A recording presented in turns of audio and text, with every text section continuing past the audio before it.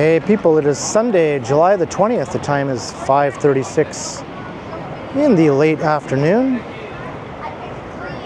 And I am on Bathurst Street, heading south, just a bit south of College. As we see the 505 Dundas going off route here. And I'm on the edge of the Kensington Market neighborhood, which runs east from here. So I'm going to take a left here on Nassau Street. And we'll take a walk through a bit of Kensington.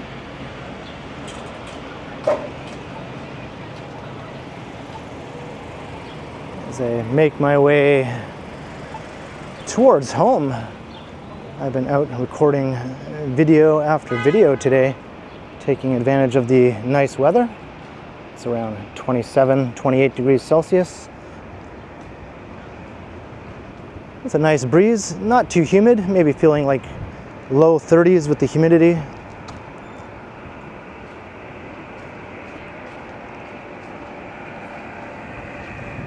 There's Toronto Western Hospital getting a major new expansion here with a tower of around 14, 15 floors.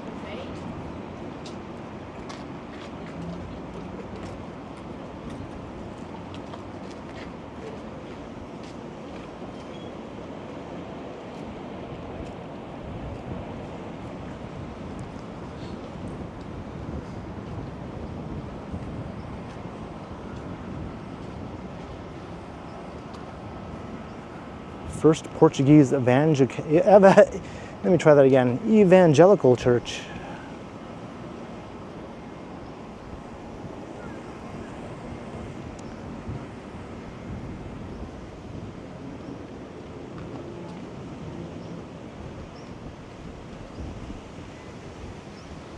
So this is the more residential side of Kensington Market.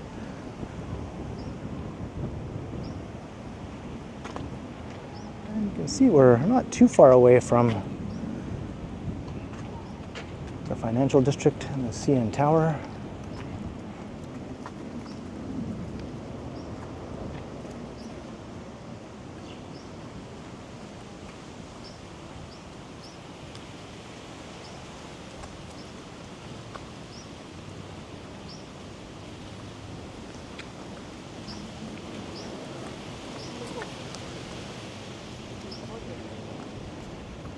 I'll most likely end up walking through Chinatown after Kensington Market. Can't really avoid it, it's literally right next door in the direction I'm going.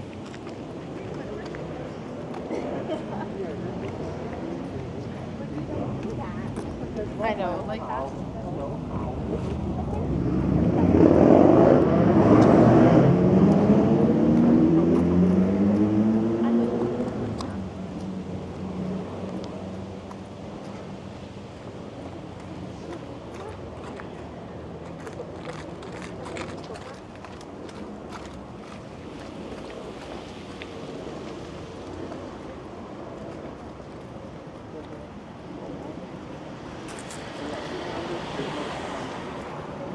Once you cross Bellevue Avenue, things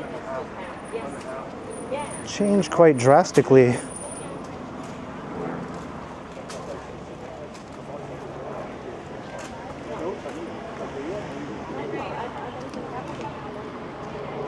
Is this that yarn store?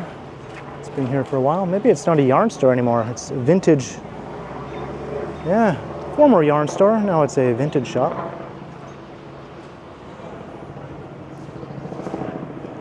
I do have it captured on video from way back when it was a yarn store. But yeah, coming into the funky goodness of Kensington Market here.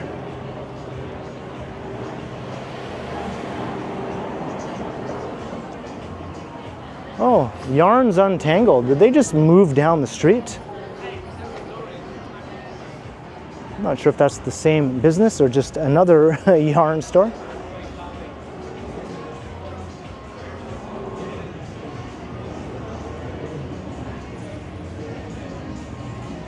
You know you're in Kensington when every other shop has music playing, such as we have right here. Another vintage store there. This is one of the places to come in the city if you're into vintage shopping. You know, we have 3 weeks. Particularly on Kensington Avenue. I think Queen West in Parkdale is another good vintage shopping area.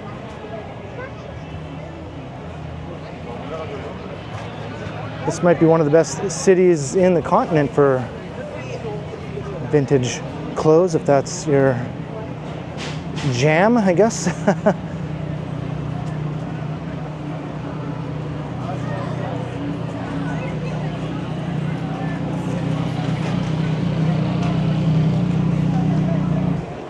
Got Paul's Boutique over there.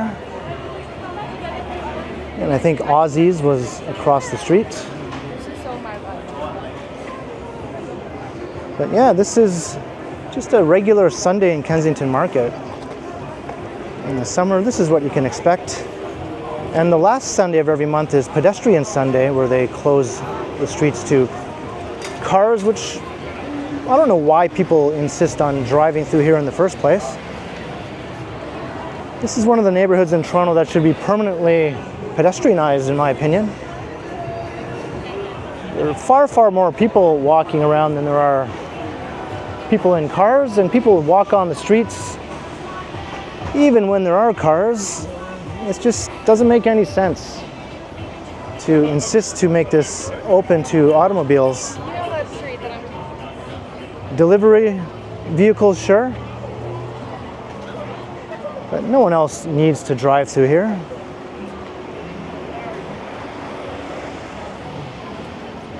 They just must like torturing themselves.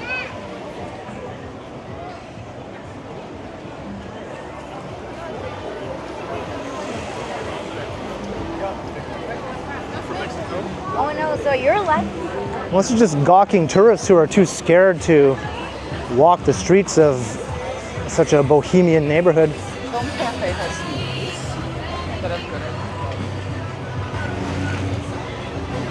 Or timid suburbanites, maybe.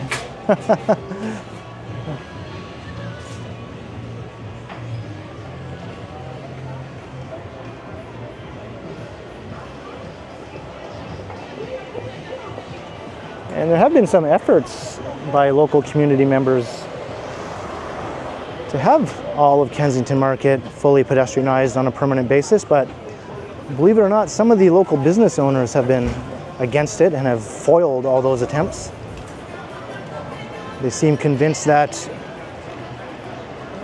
they'll lose so much business from people not driving into the neighborhood, even though it's probably just a tiny, tiny fraction of their business comes from people arriving in cars.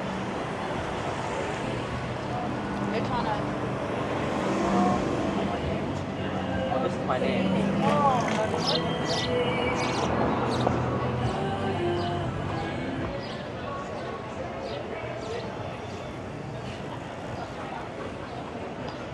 It's hot, hot, hot on this side of the street. Let me go to the shadier side. Look at all these parked cars just cluttering everything up. Put it on the person you take a picture with.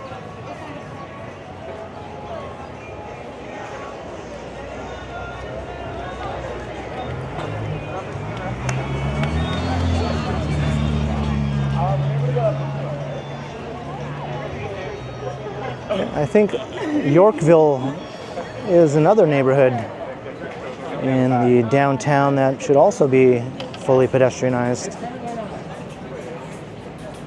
It's similar in a lot of ways to Kensington, just in its built form, lots of narrow streets, lots of people just walking all over the place. The atmosphere of the neighborhood is completely different. It's a very high-end, bougie neighborhood of luxury shops and restaurants. This is basically a Bohemian sort of enclave here. A lot of people say this area looks dangerous and run down, but once again, those are usually people who aren't used to actual old urban walkable neighborhoods, especially ones that are a little bit edgy in nature. But if you go on some online travel sites and read some of the reviews for Kensington Market, you'll find some pretty outlandish comments, but also some very complimentary comments. A lot of people do love the area. A lot of people come here from other cities around the world and rave about Kensington Market because there's really nothing else quite like this in any other city in Canada or the United States. It's pretty unique. There are some similar areas, don't get me wrong, because I know someone in the comments will probably take issue with that statement, but there's nothing that's really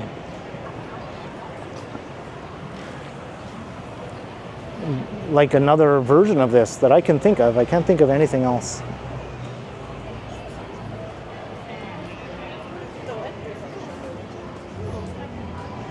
All these old, somewhat ramshackle looking buildings all jumbled together, cheek to jowl, lots of graffiti, lots of strange smells.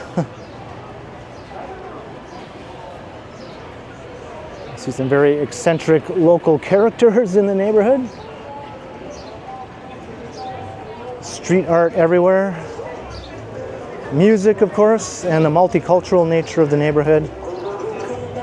It's changed so much over the years, from a mainly sort of Jewish market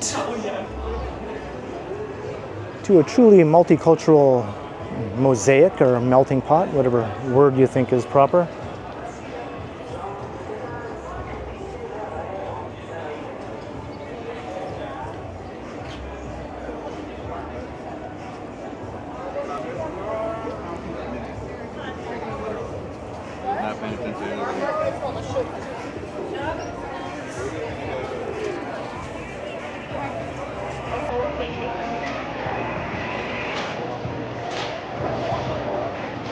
A lot of people actually live in the neighborhood too, in apartments above all these shops and restaurants. And as I mentioned, it's right next door to Chinatown, which is another very lively, walkable neighborhood.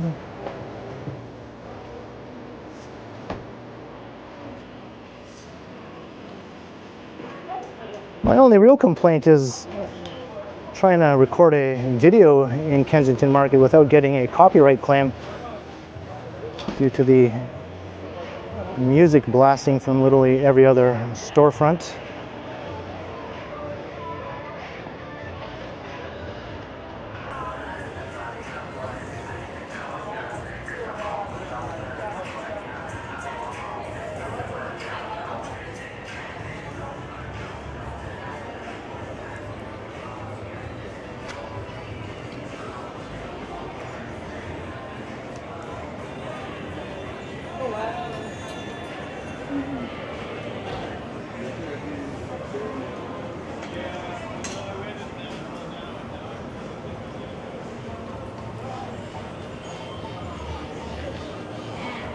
Here's the stretch of Kensington Avenue with all the vintage shops I mentioned in these old Victorian row houses.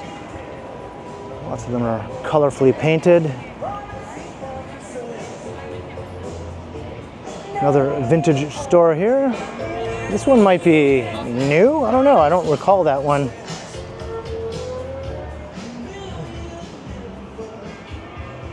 Got Moonbeam Coffee.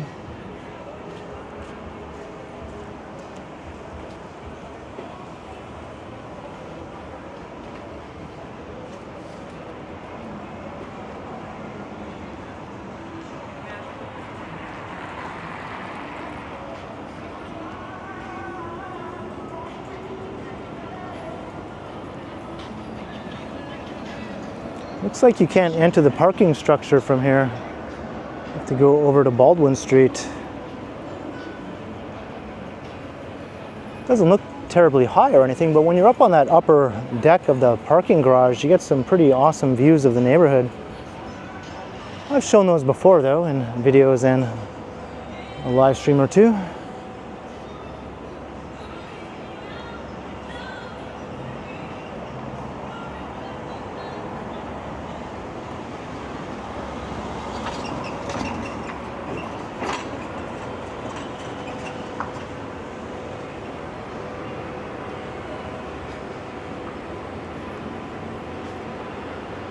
And just like that, we're in Chinatown.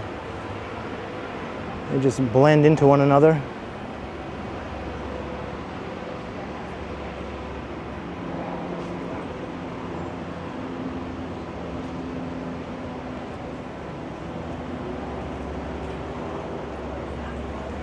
Gosh, now that that building has risen to that height, I think a lot of the view from the top of the parking garage is probably blocked now by that building. I kind of took note of that earlier before the building started getting too tall.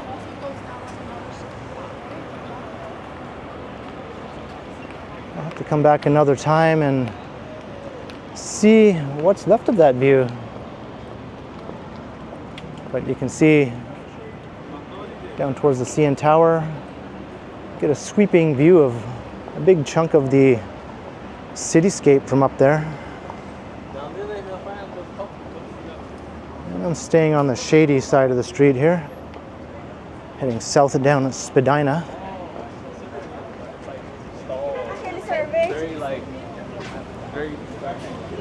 Sunday is one of the busiest days in Chinatown as far as activity on the street goes. This one? Okay, I'd say it's the busiest day, actually.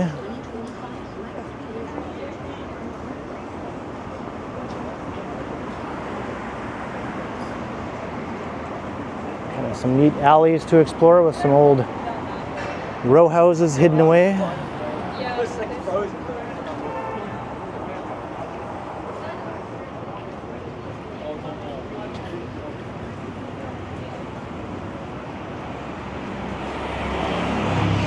The signage.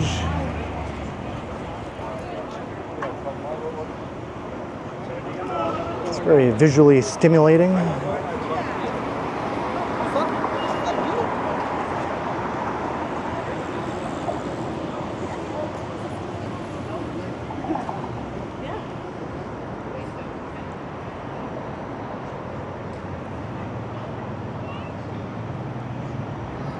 But the streetcar line has its own dedicated right-of-way.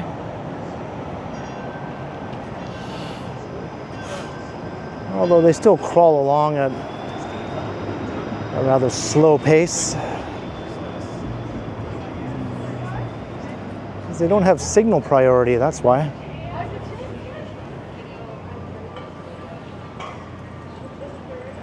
And they should have signal priority. Otherwise, what's the point of having a dedicated right-of-way, right?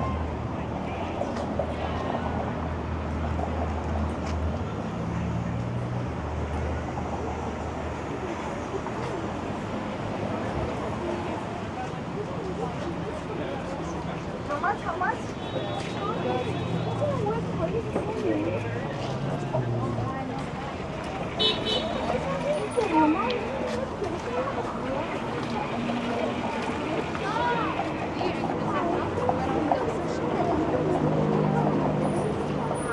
Here's Dundas.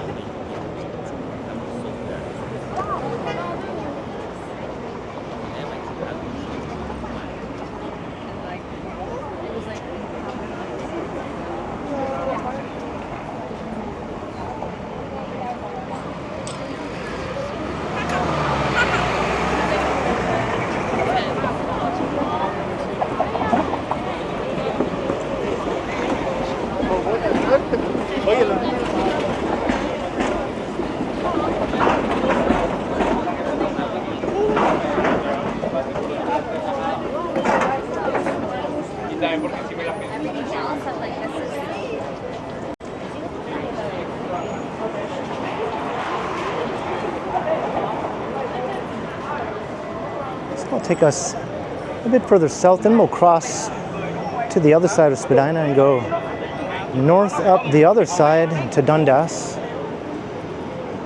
This Chinatown continues east along Dundas Street. Yeah, TMI Wild Travel. This is one of the biggest Chinatowns in North America.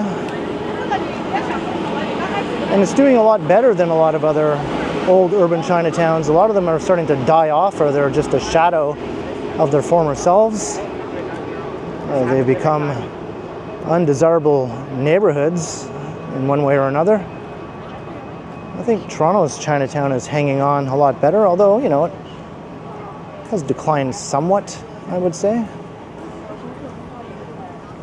But there's still tons of awesome restaurants, tons of shops, 2 malls, which have seen better days, admittedly, but they're still open.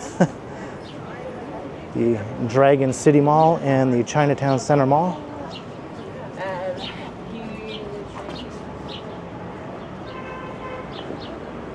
Tons of souvenir shops are in the neighborhood too. This is probably the best place to come for inexpensive souvenirs.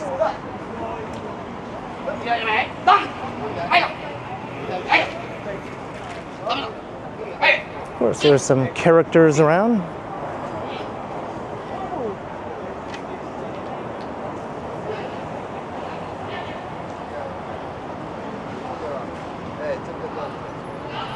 Very good.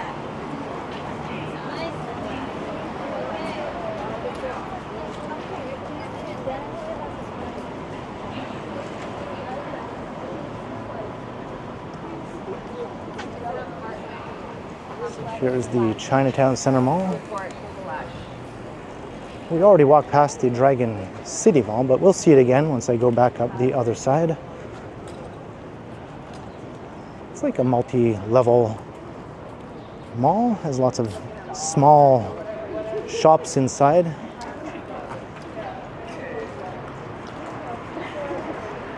It's definitely past its prime though.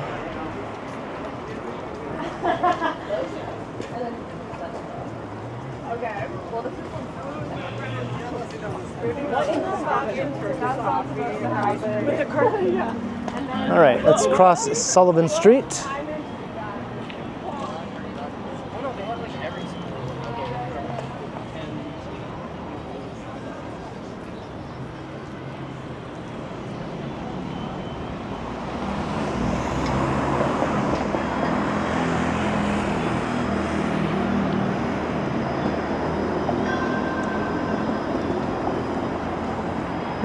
There's the Sonic Boom record store. Maybe the best record store in the city. One of the biggest anyway, if not the best.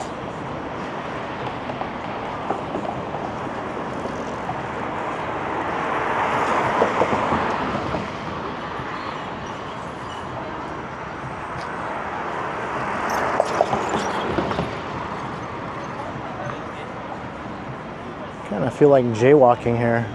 Or maybe I don't have to. Okay.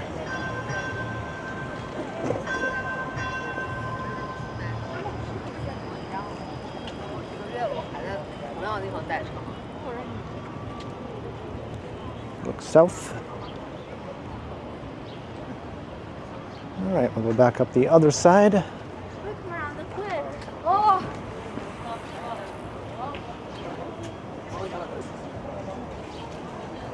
Lots of outdated postcards. That's been a pet peeve of mine for a while. You can't seem to find a postcard that has a picture that's less than 10 years old on it when it comes to skyline photos and that sort of thing. A city that changes as quickly as Toronto does, even a 2-year-old postcard photo looks really outdated, let alone 10 years. Some of them are even 20 years, which is just outright ridiculous.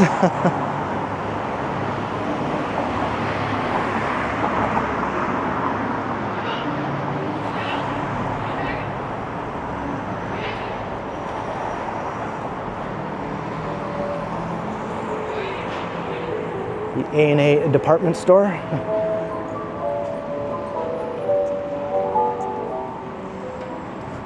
This looks like an adventure in there.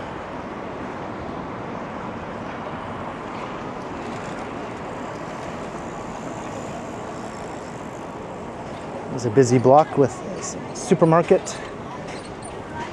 There are a number of large supermarkets in the neighborhood where you get awesome deals.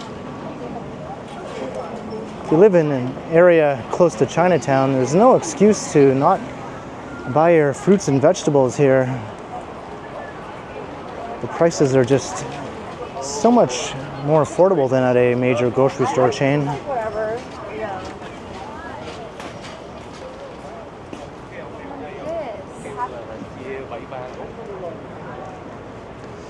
99 cents a pound for apples.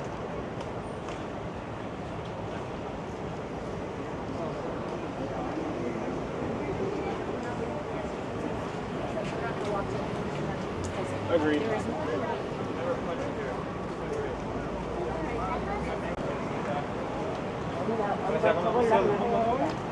Sí, yo creo que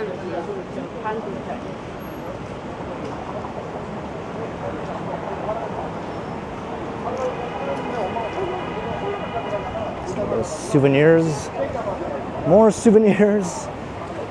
There must be like upwards of 20 souvenir stores to choose from.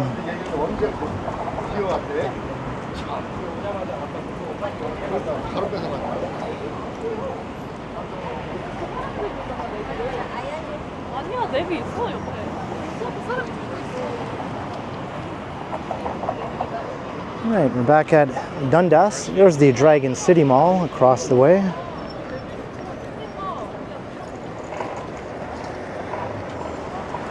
I've done videos walking around both of those malls if you're interested.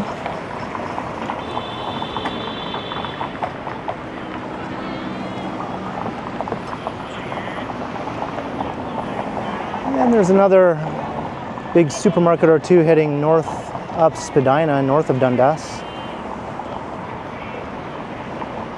Lots more street vendors. Most of the outdoor street vendors are located on Spadina, I find, not so much on Dundas. The sidewalks are too narrow on Dundas, I think. On Spadina, they're quite wide. This sun is just roasting the side of my face here.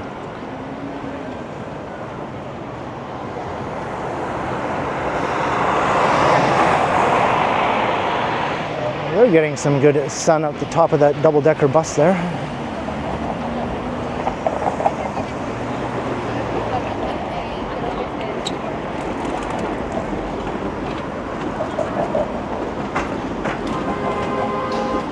That's right, lots more action heading north up here.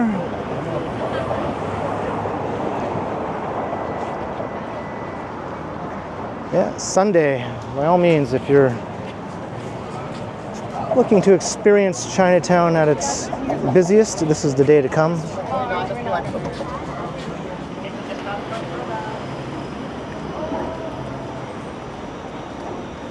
But I'm going to be heading east because I have to get back towards home. And Dundas Street will take me directly to my block. Of course, I have to get to the east side first. We're still on the west side here. Once you cross Yonge, you're on the east side. But lots more restaurants, as you can see, stretching for many blocks up ahead. Shops, restaurants, more souvenir stores, of course.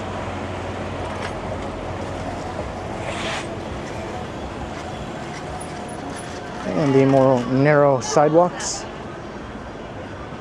But I think my memory card is close to reaching its end here, so I'm going to start to wrap up the walk.